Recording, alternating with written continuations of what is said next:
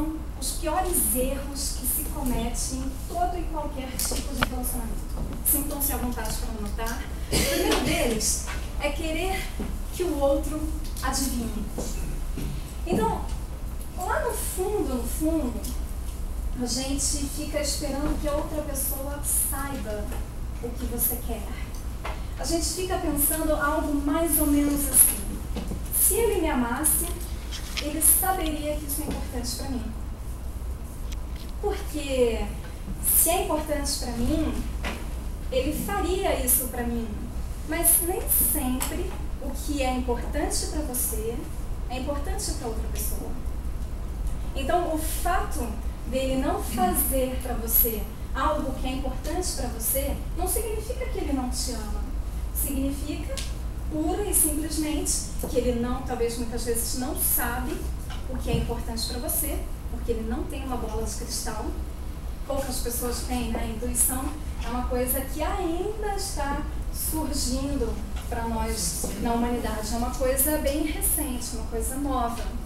Então, se você não tem uma bola de cristal, se você não tem a intuição muito aflorada, você não vai adivinhar o que a outra pessoa quer. E a outra pessoa também não vai adivinhar o que você quer. Isso acontece não só nos relacionamentos mais próximos, não, viu? Às vezes acontece também no relacionamento entre patrão e empregado. Quando, para mim, um padrão de limpeza é um padrão de limpeza X. Para o meu empregado, o padrão de limpeza Y, que às vezes é maior ou menor do que o meu padrão de limpeza. E aí eu acho que ele sabe o que eu quero, né? Eu fico esperando que ele adivinhe o que eu quero e, na verdade, não comunico isso para ele. E é um erro gravíssimo, porque aí acontece muito no ambiente de trabalho e também nos relacionamentos, da pessoa ser demitida por uma coisa que ela sequer sabia que precisava fazer, porque na cabeça do patrão aquilo era muito óbvio, mas para a pessoa, para o empregado, para o funcionário, não era tão óbvio assim. Isso acontece também nos nossos relacionamentos. Por que isso acontece? Crenças pessoais sobre o que é certo e o que é errado. Então eu já dei uma adiantada sobre isso. Então, conforme eu vou aprendendo, os locais onde eu cresci, onde eu fui educada, as pessoas com quem eu me relacionei, formaram um padrão daquilo que eu acredito como sendo certo ou errado, como sendo bom ou mal. A gente sabe muito bem disso. Procurem deixar a parte de baixo para anotar conforme eu for falando. Presta mais atenção no que eu vou falando. Anota primeiro essa frase, aí eu vou falar solução, aí vocês anotam essa parte para prestar atenção também no que eu estou falando. Tá? Então, aí a gente vai sendo educado por um grupo de pessoas, um local diferente, e isso vai gerando o que a gente acredita sobre a vida, o que a gente acredita sobre o mundo. Isso é particular de cada um, isso é individual de cada um.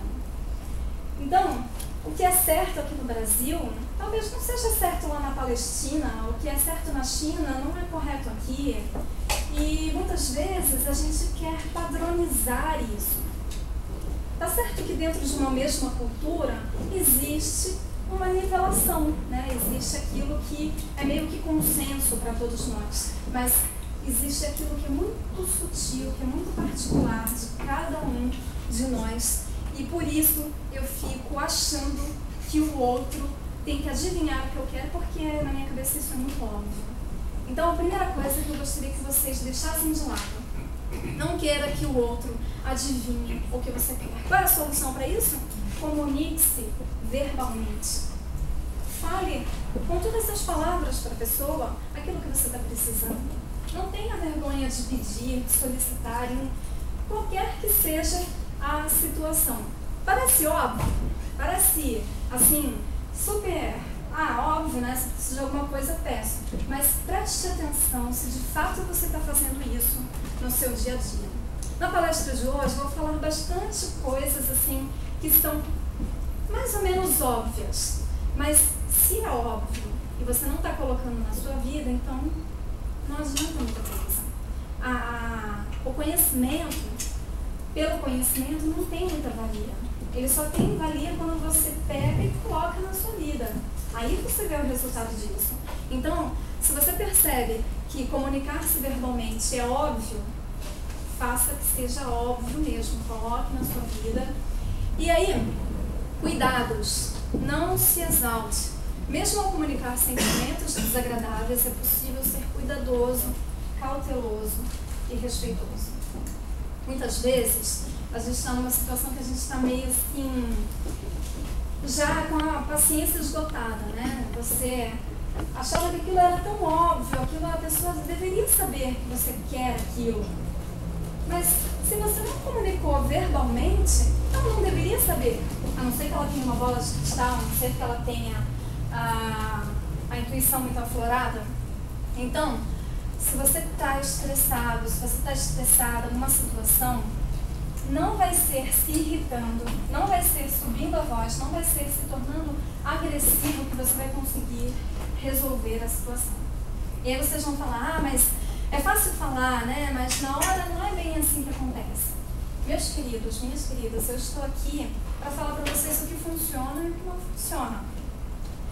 Se gritar, se falar alto, se espernear, desse certo, a primeira vez que a gente fez, pronto, nunca mais aquela situação voltaria. Mas não é o que a gente percebe. A gente percebe que uma situação, quando é gritada, quando é brigada, quando é muito imposta, ela volta depois, porque não houve compreensão, não houve amor, não houve cuidado com aquela situação. Então, tome bastante cuidado com isso. Você pode sim comunicar uma coisa bastante desagradável, bastante chata, mas ainda assim ser muito amoroso, ser muito amorosa, ser cuidadoso com outra pessoa. Não precisa faltar com respeito, não precisa ser agressivo. Por quê? Simplesmente porque não dá certo. Só por isso. Não é porque eu vou agir com uma situação como se eu fosse um Jesus Cristo. Não é isso. Estamos aqui para fazer a sua vida dar certo, para fazer com que você dê certo em todos os seus relacionamentos, que você seja feliz, que você se dê bem. Então, as dicas, elas podem em alguns momentos parecerem aí um pouco óbvias, em outros momentos um pouco complexas, mas vale a pena você abraçar isso como algo que vai fazer a diferença.